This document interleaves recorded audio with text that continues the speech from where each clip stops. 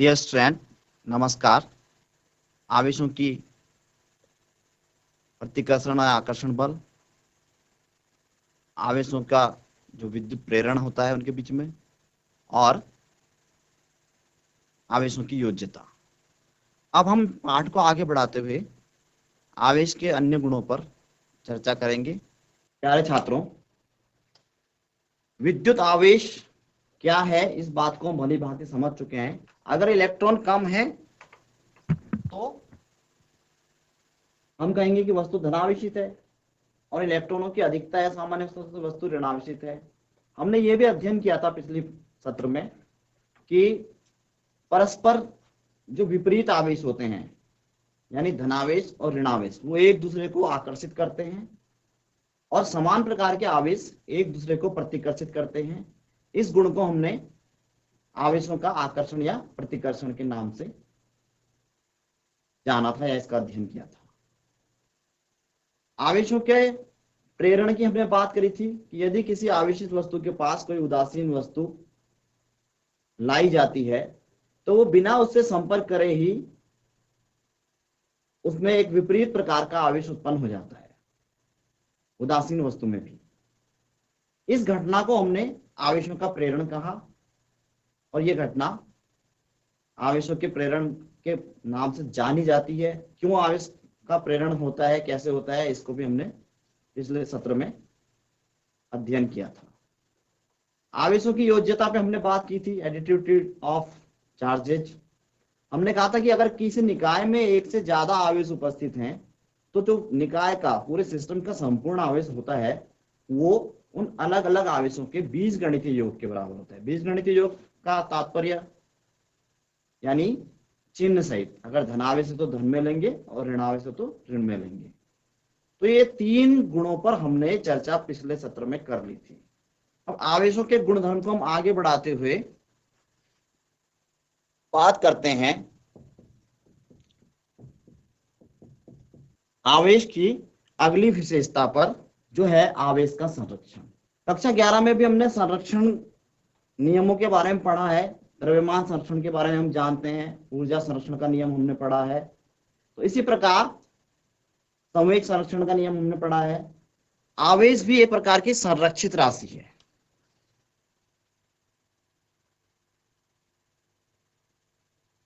ये आवेश का हमारा, इसको हम चौथा गुण कह सकते हैं, आवेश का संरक्षण। यानी आवेश, विद्युत आवेश क्या है? एक संरक्षित राशि है। इसका तात्पर्य क्या है कि जैसे हम कहते हैं कि ऊर्जा है, ऊर्जा को न तो उत्पन्न किया जा सकता है और न ही इसे नष्ट किया जा सकता है, केवल एक स्थान से या एक रूप से दूसरे रूप में स्थानांतरित किया जा सकता है, रूपांतरित किया जा सकता है। उसी प्रकार से हमारा आवेश भी एक प्रकार की संरक्षित राशि है। आवेश को न तो हम उत्पन्न कर सकते हैं न नष्ट कर सकते हैं। केवल एक वस्तु से हम दूसरी वस्तु में, एक चालक से या दूसरे चालक में या किसी भी वस्तु में एक क्या कर सकते हैं, इसका स्थानांतरण कर सकते हैं। और ये होता क्यों है? क्योंकि हम जानते हैं, हमने भली भांति अध्ययन कर लिया है कि आवेश का जो स्थानांतरण है हमारा, विभिन्न जो हमारी वस्तुएं हैं, ठोस वस्तुएं विशेषकर, उनमें किसके इलेक्ट्रॉनों के आदान प्रदान के कारण हो रहा होता है। बिजली की खाल का और कांच की छड़ का उदाहरण हमने लिया। तो जब हम दोनों को रगड़ रहे होते हैं तो रगड़ते समय एक वस्तु से इलेक्ट्रॉन दूसरी वस्तु में चले जाते हैं। यानी जितने इलेक्ट्रॉन कुल मिलाकर दोनों वस्तु में पहले थे उतने ही इलेक्ट्रॉन बाद में भी होते हैं। यानी आवेश की कुल मात्रा पर कोई प्रभाव नहीं पड़ता। केवल होता क्या है कि एक वस्तु से कुछ आवेश दूसरी मात्रा में, दूसरी वस्तु में चला गया। तो इस प्रकार से हम यह भी कह सकते हैं दूसरे शब्दों में कि दोनों वस्तुओं का, उनको घर्षण कराने से पहले या जोड़ने से पहले का कुल आवेश घर्षण कराने या जोड़ने के बाद के कुल आवेश के बराबर होता है। इसलिए आवेश क्या है? एक संरक्षित राशि है। अगला जो हम आवेश की विशेषता देखते हैं वो होता है आवेश की मात्रा पर वेग का प्रभाव।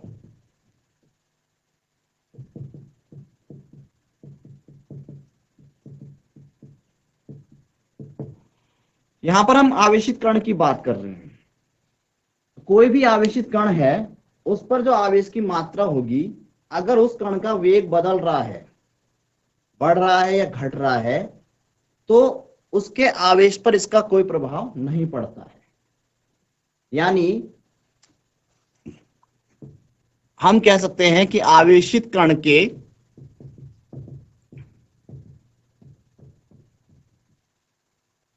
आवेश पर कण के वेग का कोई प्रभाव नहीं पड़ता।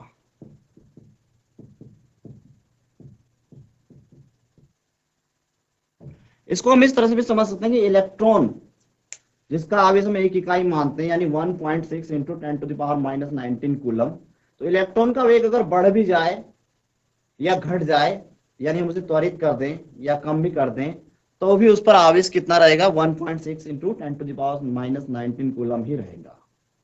तो आवेश की एक विशेषता यह भी है कि आवेश की मात्रा पर वेग का प्रभाव नहीं पड़ता।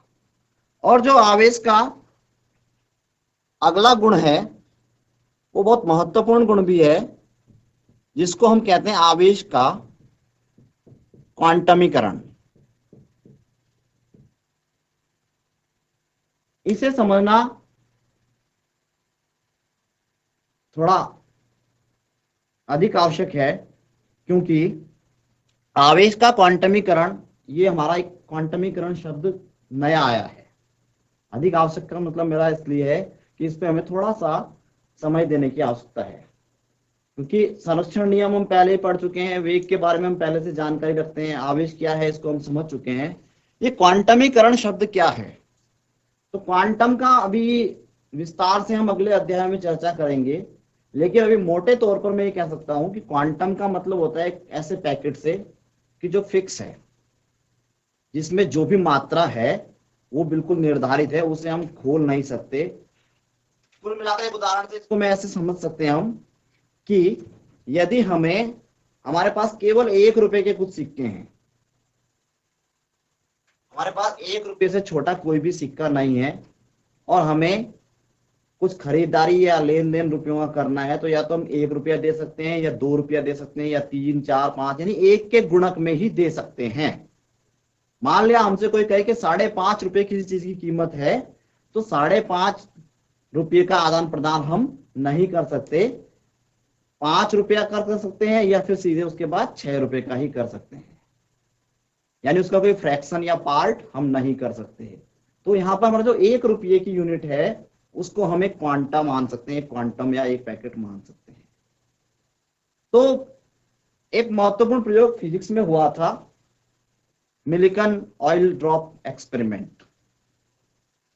उसके आधार पर और भी कई प्रयोगों के आधार पर यह देखने में आया कि विभिन्न वस्तुओं पे जो आवेश होता है, वो आवेश सदैव या तो क्या होगा, 1.6 इंटू 10⁻⁻19 हो सकता है, 3.2 इंटू समथिंग हो सकता है,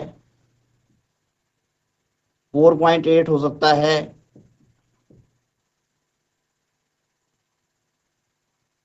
6.4 हो सकता है।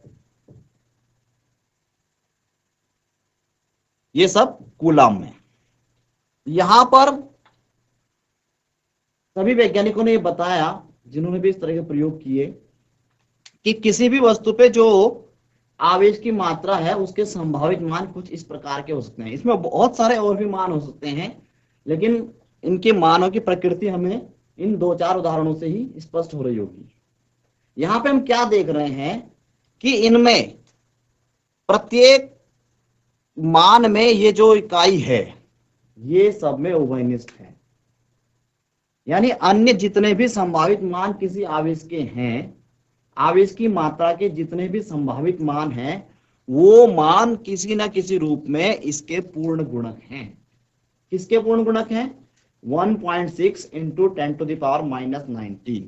और ये जो 1.6 इंटू 10⁻⁻19 है, ये क्या है? यही आवेश की मूल इकाई है।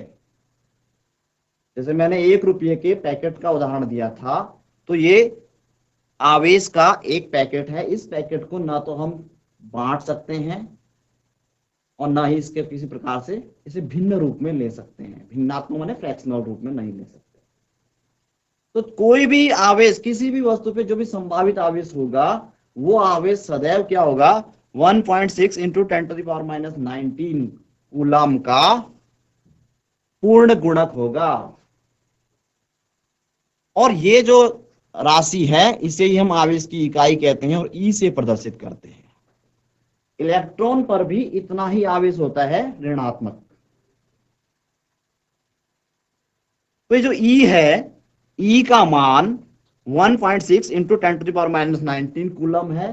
ई का तात्पर्य हुआ आवेश की इकाई। तो आवेश का जो क्वांटमीकरण वाला जो इसकी विशेषता है वो ये कहती है कि किसी भी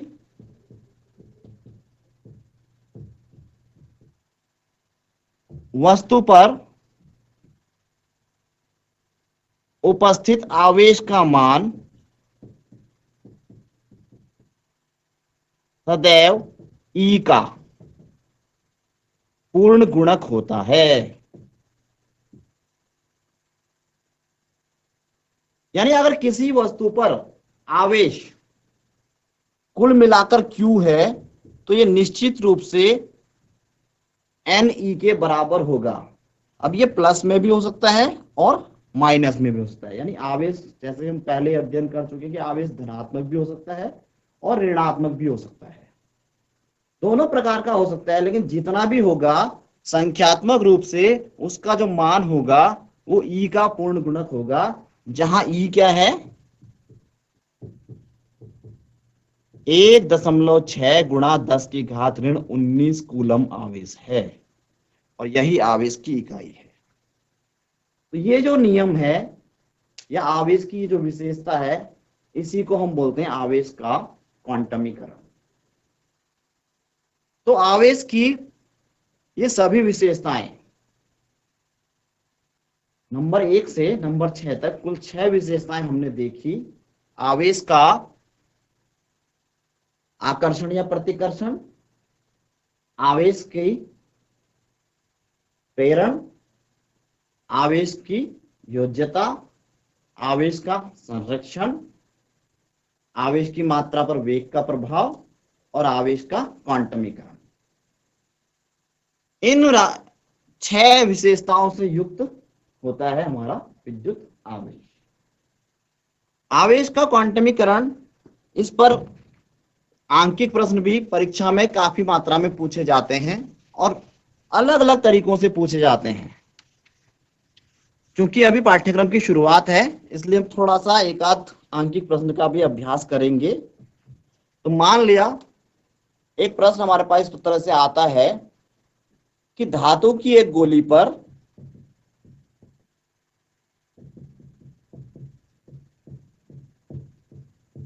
चार 4.8 गुणा 10⁻⁻12 कूलम धनावेश है।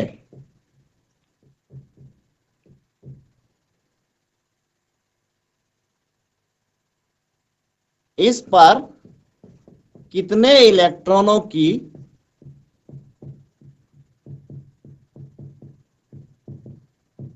कमी या अधिकता होगी।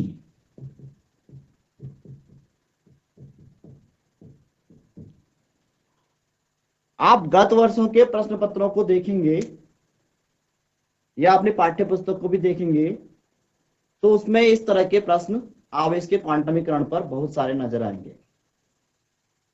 तो यहां पर हम देख रहे हैं कि हमें दिया है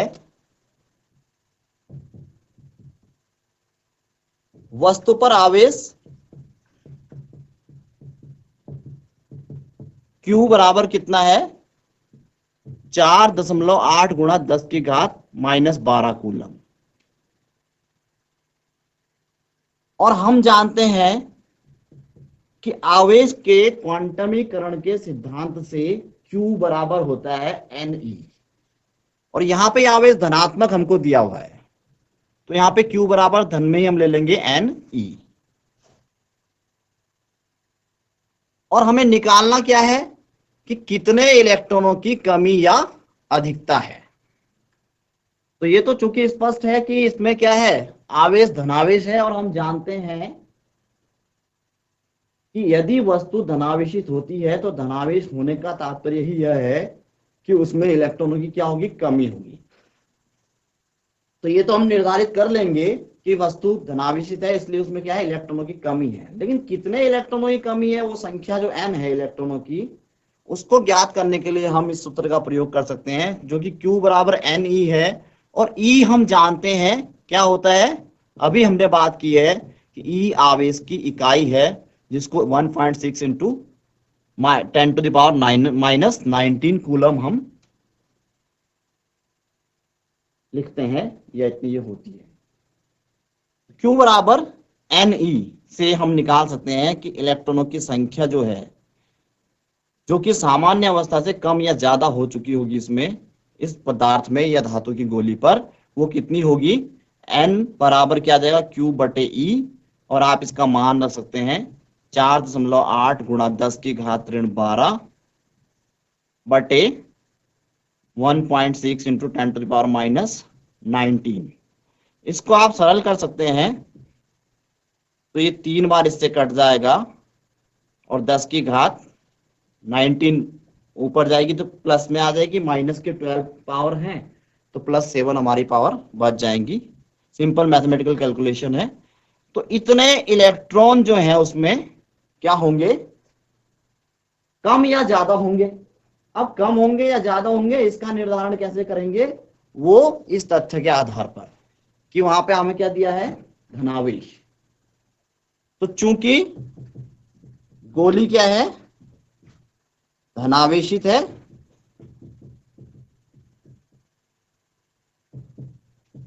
इसलिए उसमें 3 गुणा 10⁻7 इलेक्ट्रॉनों की कमी होगी। तो इस तरह से हम इस प्रश्न को हल कर सकते हैं, जो प्रश्न हमारा आवेश के क्वांटमीकरण से संबंधित है। एक दूसरे प्रकार से भी इसमें प्रश्न पूछा जाता है, एक उदाहरण हम उसका भी देख लेते हैं। यदि हम ले लें कि किसी वस्तु से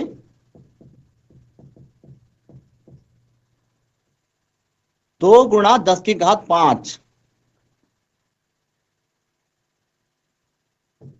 इलेक्ट्रॉन निकाल दिए जाते हैं या किसी दूसरी वस्तु में स्थानांतरित कर दिए जाते हैं,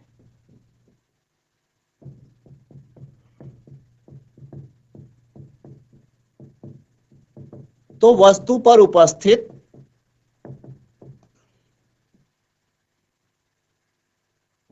आवेश की मात्रा तथा प्रकृति ज्ञात कीजिए।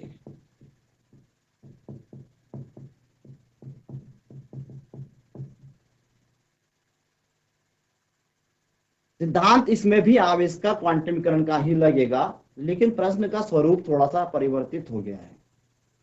यहां पर हम देखते हैं क्या दिया है और क्या हमें ज्ञात करना है। तो देखिए यहां पर हमें दिया है कि 2 गुणा 10⁵ इलेक्ट्रॉन वस्तु से निकाल दिए गए हैं, यानी नंबर ऑफ इलेक्ट्रॉन्स हमको दिया है n। n बराबर कितना, 2 गुणा 10⁵।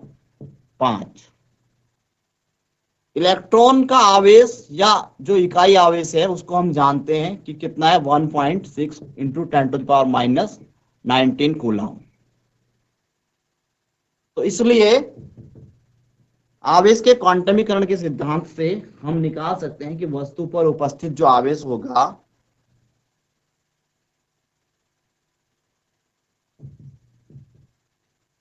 Q बराबर क्या होगा, N इंटू E होगा। इनका मान यहाँ पे हम रख सकते हैं, 2 गुणा 10⁵ n का मान है, E का मान 1.6 इंटू 10⁻⁻19 कूलम है। सिंपल हम इसको कैलकुलेट कर सकते हैं, तो ये 3.2 इंटू 10⁻⁻14 इतने कूलम।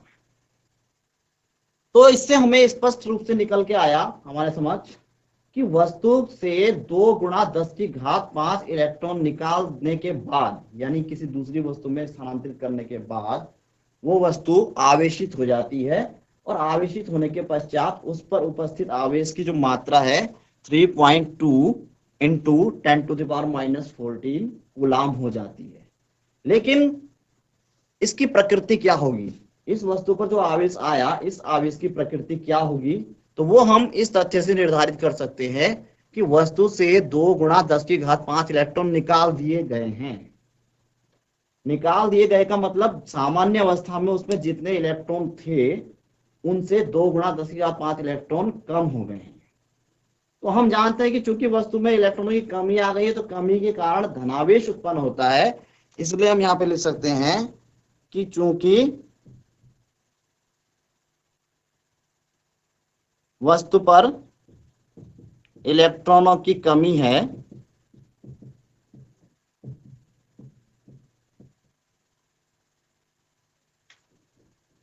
इसलिए वस्तु पर उपस्थित आवेश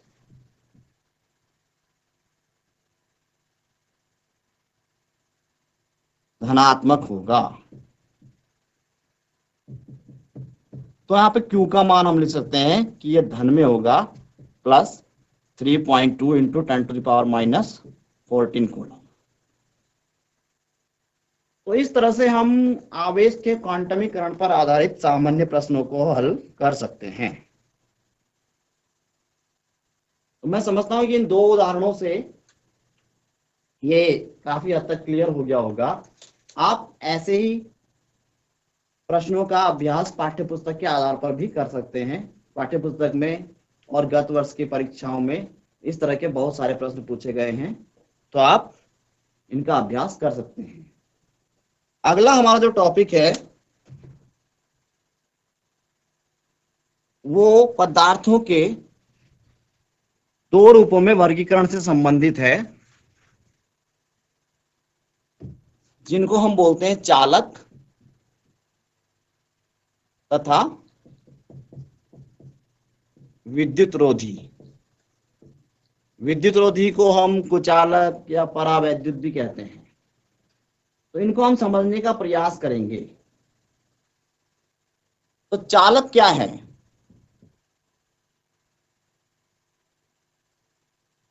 चालक वे पदार्थ होते हैं जिनमें से होकर विद्युत धारा का या विद्युत आवेश का,